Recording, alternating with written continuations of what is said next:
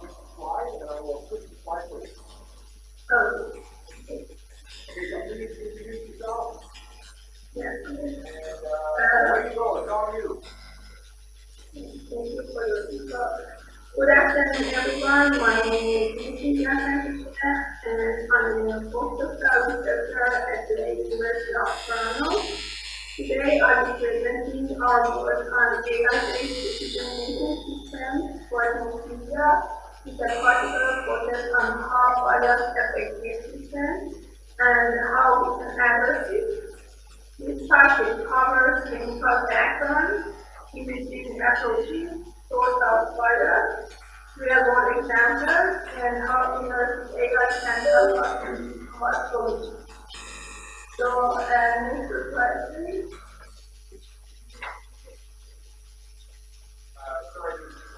There we go. A little background about myself. I completed my PhD in electrical and computer engineering at Concordia University in Montreal, focusing on machine learning in ultrasound imaging and cell biology. Currently, I'm a student on the postdoc at the University of Toronto, working in the medical lab under Dr. Tyler's supervision. My research can deep learning, medical analysis, and generative AI with applications in hemophilia and musculoskeletal ultrasound. Next slide, please. So, what is hemophilia? Hemophilia is a genetic disorder where the blood lacks certain factors. These lead to behaviors that can occur even after minor injury or sometimes spontaneously. Here you can see a normal blood clotting process. When a blood vessel is injured, clotting factors act like using blood to stop the bleeding. Coagulation factors are contained in our blood that help blood. But in contrast to hemophilia, one or more of these clotting factors is needed. That's why the blood clotting form properly, which you can see in the diagram where bleeding begins. One of the most severe complications is hemolysis or bleeding inclusion, which can cause inflammation, iron deposition, cartilage damage, and progressive joint weakness. This one diagram shows what happens when bleeding occurs inside the joint. Blood collects its nodules, which becomes thickened. Over time, stored iron, shown here as deposits, damage the cartilage and leads to tears and pain. Treatment typically involves factory treatment to prevent injury and protect growth. Despite treatment advances, bone bleeds remain a major clinical challenge. Many bleeds are silent and difficult to detect based on symptoms alone. This is especially problematic in children and elderly patients. The diagnosis is complicated by anatomical and age-related factors. So there's a real need for better diagnostic tools to catch these bleeds early. Next slide. Yes. Ultrasound is an excellent tool for hemophilia. It's fast, quick, real-time, portable, and intuitively accessible. With AI enhancements, ultrasound can help detect hemophilia versus suspension, which serves as a surrogate for joint bleeding. This approach would be a major gap in real time and clinical diagnosis, especially in underserved settings.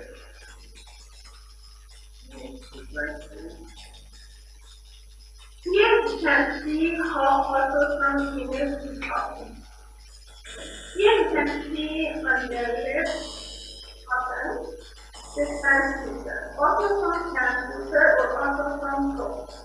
First, this converts the electrical charge into vibration, which produces ultrasound waves. The ultrasound wave penetrates the human body and travels through different tissue layers with various acoustic properties along the transmission path.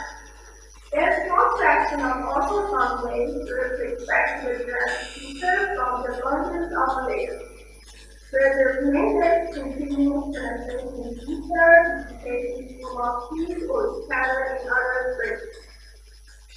The reflected tissues are received by the transducer and then converted to electrical pulses for further study.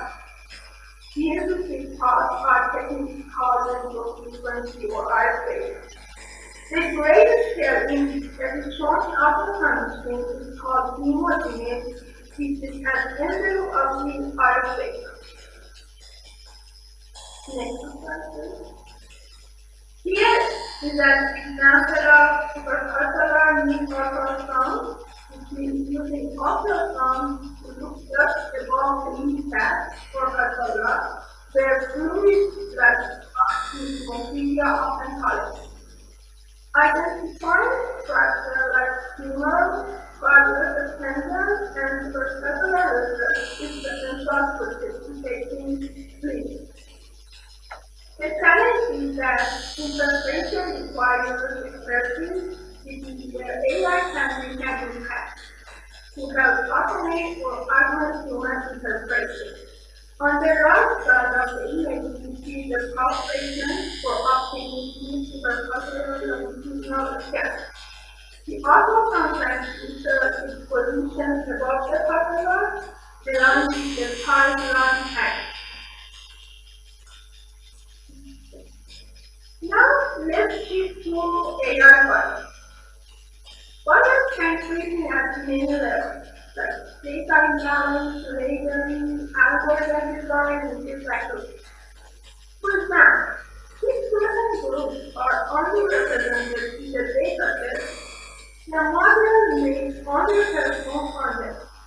Or if human labels are subject, those biases get imported into the model. These biases are not just technical issues, they have real clinical implications.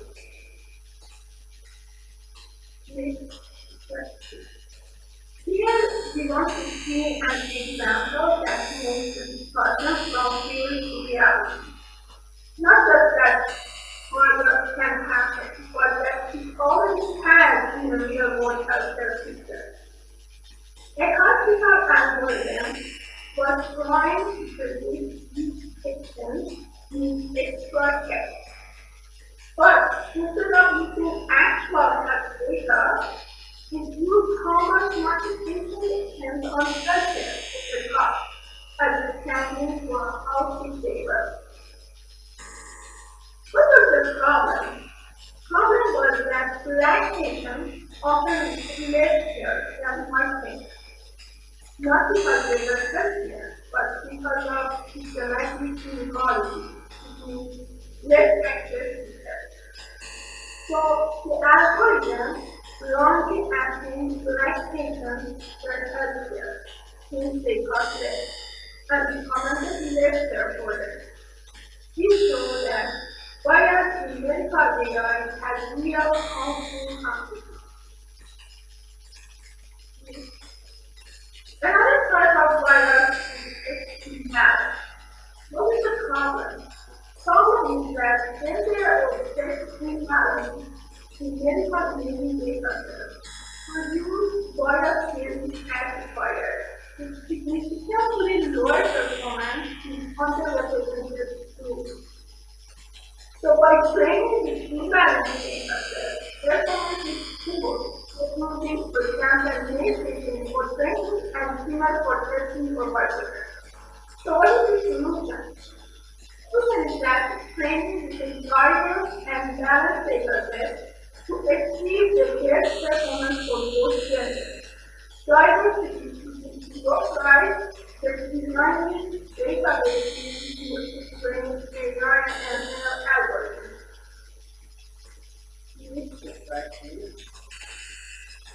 Their models are trained only on male or only on female patients.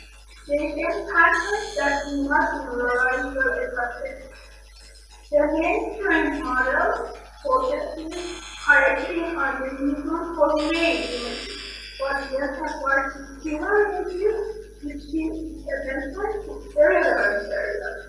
The opposite happens with the female trained model. Only the sex balance model consistently highlights the correct area across both male and female images. If we rely only on female sex performance drop on the other group, which is misdiagnosis.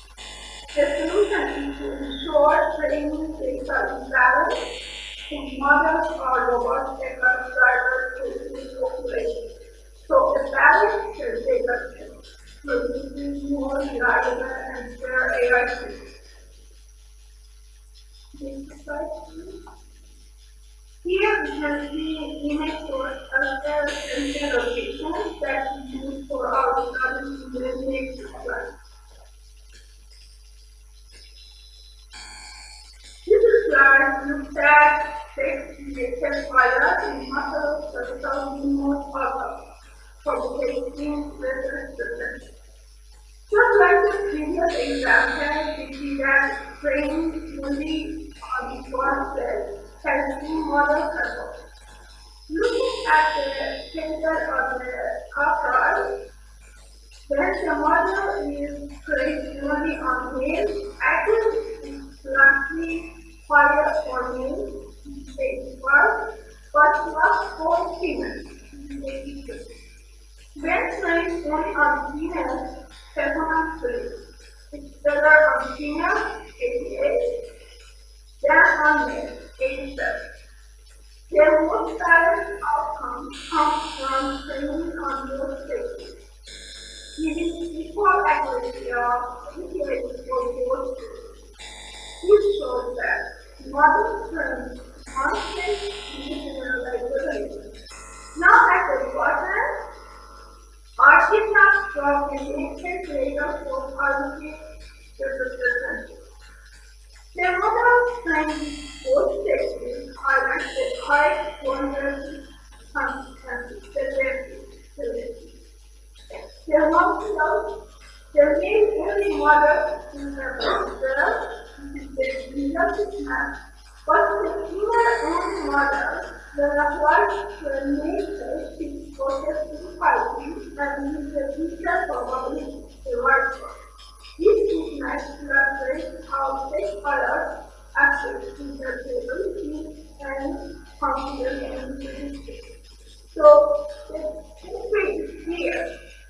Balanced data set reduce bias, reduce robustness assessment, and make AI models more valuable in real-time companies.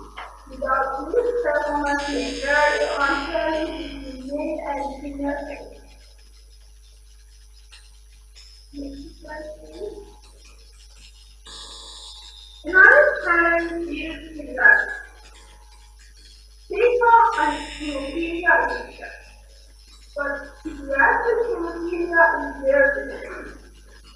Most AI models are trained on adult hemophilia, but children bones are fundamentally different due to growth rate, classification, and hardware.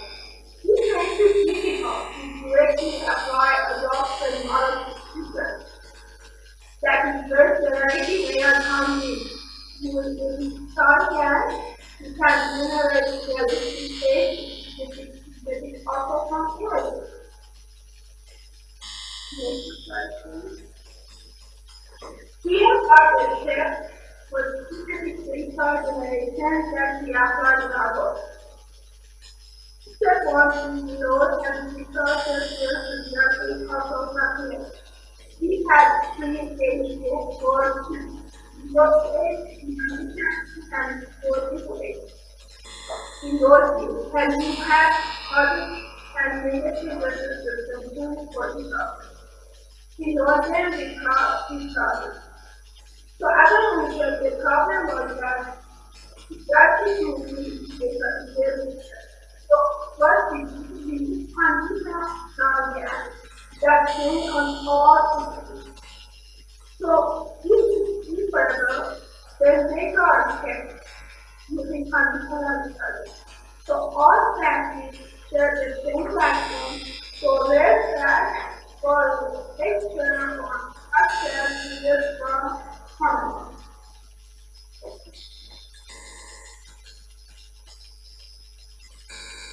So in step 4 is combine real and future synthetic data.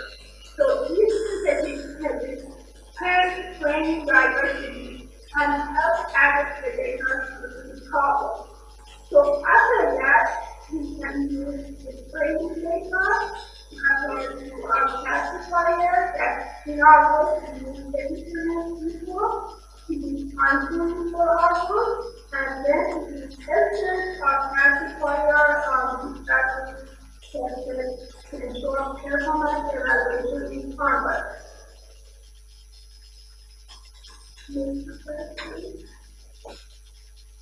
Here we can see some background examples on both real and synthetic. The left measures, the left images are the real images and the right images, right column images are synthetic images that are obtained in studies. So here we can see the breakdown on both real and synthetic images. And for each pediatric age group, 0 to 8, 13, and 14 to 18. So we can see that the number is focusing on the right. These shows us that the mother is learning the right.